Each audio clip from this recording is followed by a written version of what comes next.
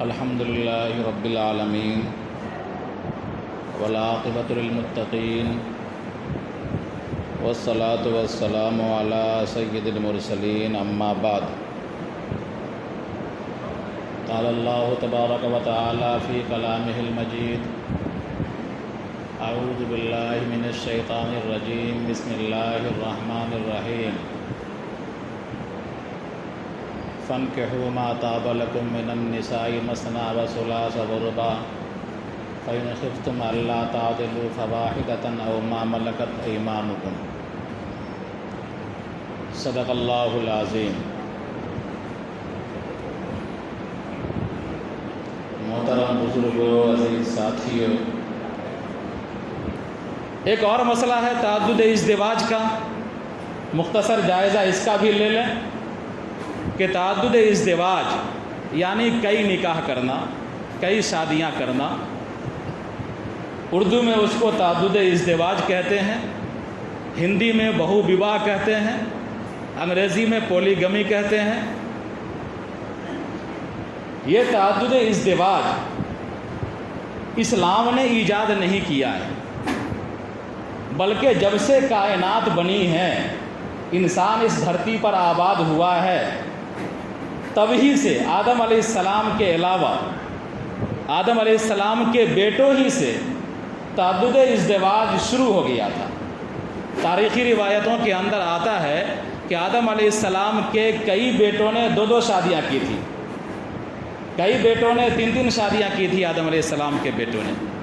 تو گویا کہ انسان کا جو شروعاتی دور ہے اس دھرتی پر، زمین پر، اس شروعاتی دور ہی سے تعدد ازدواج اور تعدد نکاح چلا آ رہا ہے۔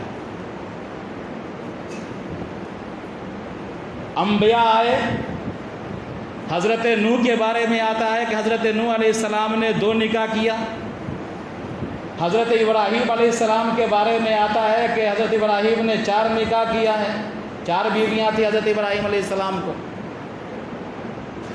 حضرت یعقوب علیہ السلام کے بارے میں آتا ہے کہ حضرت یعقوب کو 2 بیویاں تھیں، اور مشہور ہے ایک سے 10 بھائی تھے، ایک سے یوسف اور بنیامین تھے، دونوں سوتیلے بھائی، دونوں گروپ سوتیلا۔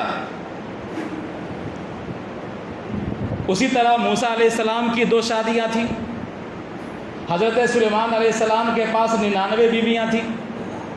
حضرت داؤد علیہ السلام کے پاس 9 بیویاں تھیں۔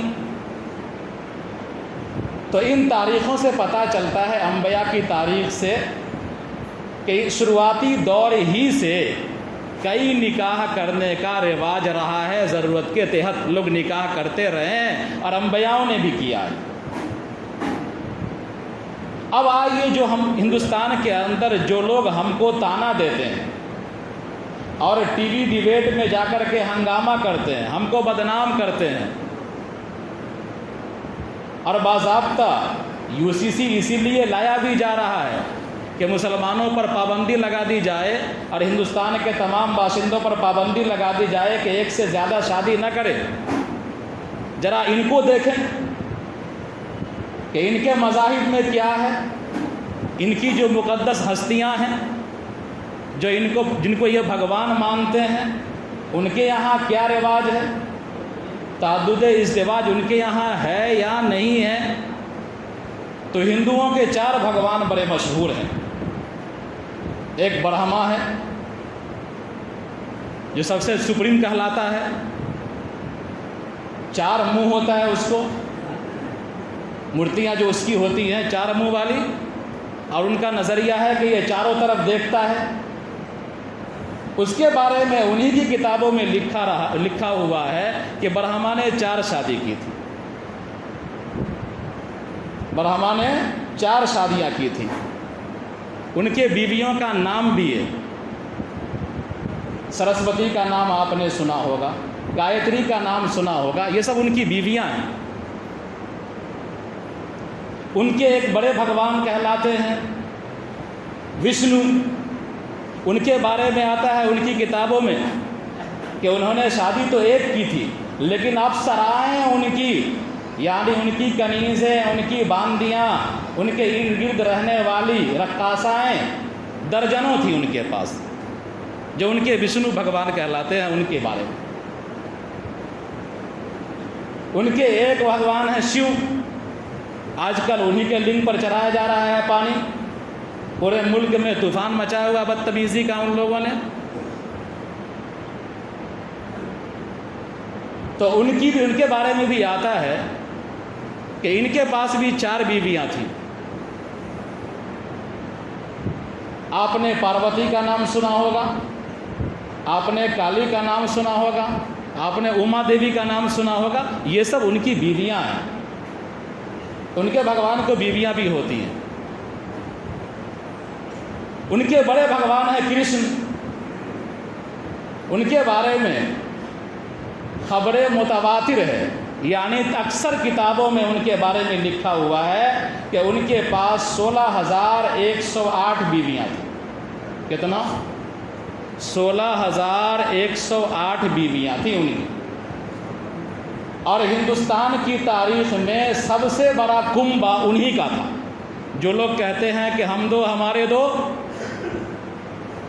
تو ان کو آئینہ دکھانے کی بات ہے کہ ہندوستان کا سب سے بڑا کنبہ، سب سے بڑا گھرانہ تو تمہارے بھگوان کا تھا، شری کرشن کا تھا۔ اور ان کے پاس 16,108 بیویاں تھی اور اولاد 1 لاکھ سے اوپر تھی۔ ایک آدمی سے اولاد 1 لاکھ سے اوپر اور 16,108 بیویاں، اور وہ لوگ ہم کو تان و تشنی کرتے ہیں۔ بہرحال تو میں یہ کہہ رہا تھا، ہماری بات شروع ہوئی تھی کہ جب سے انسان اس روئے زمین پر آباد ہوا ہے، تبھی سے تعدد ازدواج مختلف ضروریات کے تحت جائز رہا ہے، چلن رہا ہے اس کا۔ اور ہر دور میں لوگوں نے کئی نکاح کیے ہیں۔ میں نے تاریخ کی ہلکی سی جھلک بتلا دی۔ اسلام نے یہ کیا ہے کہ ان تعدد ازدواج کی رسموں کو محدود کر دیا ہے، لمٹ کر دیا ہے۔ یعنی پہلے ان لمیٹڈ تھا، 16,108 بیوی رکھ سکتا تھا انسان، لیکن اسلام نے اس کو لمٹ کر دیا ہے کہ نہیں، اگر تم کو تعدد ازدواج کرنا ہے، کئی نکاح کرنا ہے مختلف ضروریات کے تحت، تو یہ شرط ہے کہ تم تمام بیویوں کے درمیان عدل کرو اور بیک وقت 4 سے زائد نہیں کر سکتے۔ تو گویا کہ اسلام نے ان لمیٹڈ کو لمیٹڈ کر دیا ہے، محدود کر دیا ہے۔ تو اسلام نے دنیا پر احسان کیا ہے یا اسلام نے عورتوں پر ظلم کیا ہے؟ ذرا ٹھیک سے سوچئے گا تو دل آپ کا کہے گا کہ اسلام نے عورتوں پر احسان کیا ہے۔ ربنا تقبل منا انک انت السمیع العلیم۔ پھر انشاءاللہ اگلے